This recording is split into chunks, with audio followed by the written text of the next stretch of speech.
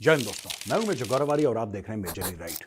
दोस्तों, जनरल आसिम मुनीर जो पाकिस्तान के आर्मी चीफ हैं, वो एक यूथ कॉन्फ्रेंस को एड्रेस करते हैं पाकिस्तान में। और फिर जितने भी उनके पड़ोसी मुल्क हैं, सबके खिलाफ जहर उगलना शुरू कर देते हैं। और सिर्फ यही नहीं, पाकिस्तानियों के खिलाफ भी जहर उगलते हैं कुछ खास पाकिस्तानी। चलिए आज जनरल आसिम मुनीर की पोल पत्री खोलते हैं आपके सामने। तो दोस्तों, ऐसा है, जनरल आसिम मुनीर ये कहते हैं कि जहां तक अफगानिस्तान की बात है, कहते हैं कि अफगानिस्तान में सारे अफगानी मिला के वो एक पाकिस्तानी के बराबर नहीं है, यानी कि सारा अफगानिस्तान भाड़ में जाए, एक पाकिस्तानी की जान नहीं जानी चाहिए। अच्छा, सुनने में तो बड़ी अच्छी बात है, सुनने में बुरा किसको लगेगा? अगर कोई भी बोलेगा, पाकिस्तान का कोई लीडर, पाकिस्तान का आर्मी चीफ बोलेगा कि एक पाकिस्तानी की जान नहीं जानी चाहिए, चाहे पूरा अफगानिस्तान नस्त नाबूद हो जाए, तो किस पाकिस्तानी को बुरा लगेगा? बुरा इस बात का लगेगा कि ये बातें झूठी हैं। रोज पाकिस्तानी मर रहे हैं और ये भाई सिर्फ लेक्चर दे रहा है। इनके बस का नहीं है अफगान तालिबान को स्टॉप करना, इनके बस का नहीं है जो ईरान से आते हैं मारते हैं उनको स्टॉप करना, इनके बस का नहीं है तहरीक तालिबान पाकिस्तान को रोकना, इनके बस का नहीं है अलकायदा को रोकना, इनके बस का नहीं है इस्लामिक स्टेट को रोकना। ये सिर्फ लंबी लंबी बातें करते हैं, लाहौरी लंबी लंबी बातें। हमने ये कर दिया है, हमने ये कर दिया है। आप देखिए, ये आसिम मुनीर आर्मी चीफ है और बातें इतनी हल्की। ईरान ने हमें पीठ में खंजर घोंप दिया। और भाई साहब, आज 26 जनवरी है, आज ही के दिन उनका टाई अप होना है। ऑलरेडी ईरान का एम्बेसडर इस्लामाबाद वापस आ चुका है। एक दिन पहले ये ऐसी स्पीच दे रहे हैं। मैं आपको बताता हूं, अक्सर होता है और ये पाकिस्तान में बड़ा कॉमन है, जब चीजें ठीक नहज पे जा रही हों, कोई ना कोई कुछ ऐसा एक्शन कर देगा जिससे मामला बिगड़ जाएगा। अगर नवाज शरीफ यह चाहता है कि भारत के साथ दोस्ती हो, तो कारगिल होना है। अगर कोई बात करता है कि भारत के साथ सिचुएशन नॉर्मल हो, तो कुछ ना कुछ बड़ी आतंकी गतिविधि भारत में होनी है, यह तय है। अब देखिए, अब जब इनकी बातें ठीक चल रही हैं ईरान से, लड़ाई झगड़ाई जो बम बम मारे एक दूसरे को छोड़ दीजिए, अब इनकी मामला अगर मैटर सेटल हो रहा है, यह स्पीच दे रहा है कि ईरान ने हमें धोखा दे दिया, इस्लामी मुल्क ईरान ने हमें धोखा दे दिया। फिर और क्या कहते हैं ये भी सुन लीजिए। जहां तक भारत की बात है, जनरल आसिम मुनीर का कहना है कि भारत ने आज तक पाकिस्तान को तस्लीम ही नहीं करा, पाकिस्तान को माना ही नहीं कि पाकिस्तान है। ये हर एक पाकिस्तानी कितना भी पढ़ा लिखा हो, मैं कई पाकिस्तानियों से जो कहते हैं कि वो पढ़े लिखे हैं, हमारे पास ये डिग्री है वो डिग्री है, मैंने कई पाकिस्तानियों से बात करी है इस मामले में। मैं आपको बता रहा हूं, 8-10 से बात करी है, दिमाग से पैदल। आई थिंक पाकिस्तान में एजुकेशन की इमरजेंसी डिक्लेयर कर देनी चाहिए और वहां की जो सरकार है, वहां की जो फौज है, उसको डरना चाहिए कि इतने जाहिल पैदा हो रहे हैं, हर मिनट में 15-15 जाहिल पैदा हो रहे हैं और वो मल्टीप्लाई कर रहे हैं 15 to the 30, 3 to the 45, 60, इस प्रकार से वो मल्टीप्लाई कर रहे हैं पाकिस्तान में जाहिल। ये कह रहे हैं कि भारत ने पाकिस्तान को तस्लीम नहीं करा रहे। तुम्हारे यहां पे हाई कमीशन है हमारा, which is an embassy actually, वो कॉमनवेल्थ कंट्रीज में हाई कमीशन बोलते हैं। तुम्हारा हाई कमीशन इधर है, तुम्हारे प्रधानमंत्री इधर आ चुके हैं, हमारे प्रधानमंत्री उधर जा चुके हैं, पाकिस्तानी भारत आते हैं, भारत पाक, और क्या कर लें यार तुम्हारे लिए, बताओ क्या कर लें तुम? मुझे यह समझ में नहीं आ रहा आज तक पाकिस्तानियों का कि भारत ने हमें तस्लीम नहीं करा। भारत ने मानने से मतलब क्या, मानने में क्या होता है बताइए?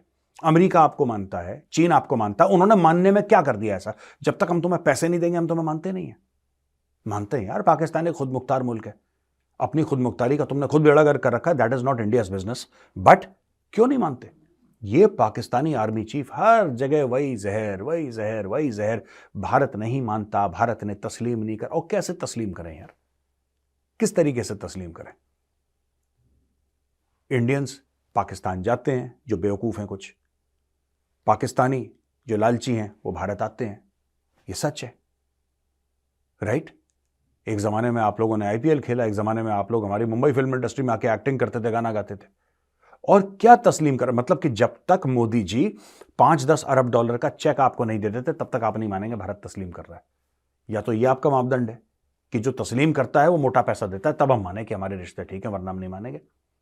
या हमें तस्लीम ही नहीं करते, हमें मानते ही नहीं, ये क्या बेवकूफ़ी। अच्छा, इसके बाद पाकिस्तान का आर्मी चीफ क्या कहता है अपने खुद के पाकिस्तानियों पे, जो बड़े बड़े पाकिस्तानी आर्मी सोसाइटीज़ बनाती है, DHA नाम के, जो लोग उनकी तनकीद करते हैं, जो लोग उसकी बुराई करते हैं, वो लोग वहीं पे रहते हैं।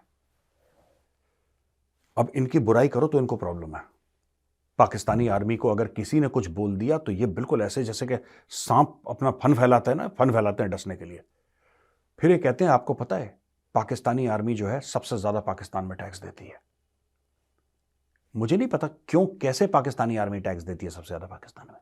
या तो पाकिस्तान का बेड़ा ही गर्क है, क्योंकि कोई भी फौज को जो तनख्वाह मिलती है वो तो सरकार देती है तनख्वाह, पेंशन मिलती है वो सरकार देती है तनख्वाह। आप सबसे बड़े टैक्स पेयर कैसे हो सकते हैं? मुझे ये बात ही समझ में नहीं है, लॉजिक समझ में नहीं आया। इनकम टैक्स तो दे रहे होंगे आप, और क्या दे रहे होंगे आप? एक आध और टैक्स दे रहे होंगे आप, कोई ट्रांजैक्शन टैक्स होगा आपका, वैट टाइप का, GST टाइप का, और क्या दे रहे होंगे आप? पाकिस्तान आर्मी सबसे बड़ी टैक्स पेयर है। या तो इसका मतलब पाकिस्तान की पूरी इकोनॉमी का बेड़ा ही गर्क है। अगर तुम्हारी फौज जो कि 6-8 लाख की है वो सबसे ज्यादा अगर पाकिस्तान में टैक्स दे रही है, इसका मतलब पाकिस्तान डूब चुका है, बस तुम्हें नहीं मालूम। डूब चुका है पाकिस्तान इकोनॉमिकली, तुम्हें नहीं मालूम, या तुम्हें मालूम है तुम छुपा रहे हो। पर दोस्तों ये सब कहने के बाद जो सुपर भंड मारा है, सुपर भंड प्रो मैक्स, एक भंड होता है जो सभी मारते हैं, एक सुपर भंड होता है जो कुछ लोग मारते हैं, एक सुपर भंड प्रो मैक्स होता है जो सिर्फ पाकिस्तान का आर्मी चीफ मांग। ये पाकिस्तान के आर्मी चीफ ने सुपर भंड प्रो मैक्स क्या मारा है कि पाकिस्तान के पास मिनरल डिपॉजिट्स $10 ट्रिलियन के हैं। ये आसिम मुनीर कह रहा है कि पाकिस्तान के पास जो मिनरल वेल्थ है, नीचे जो लोहा है, सोना है, हीरे जवाहरात हैं, कॉपर है, जिंक है, लिथियम है, ये जो खनिज पदार्थ होते हैं वो $10 ट्रिलियन के हैं। $10 ट्रिलियन। तो तुम क्यों उस पर कुंडली मार के बैठे हो भाई? निकालो।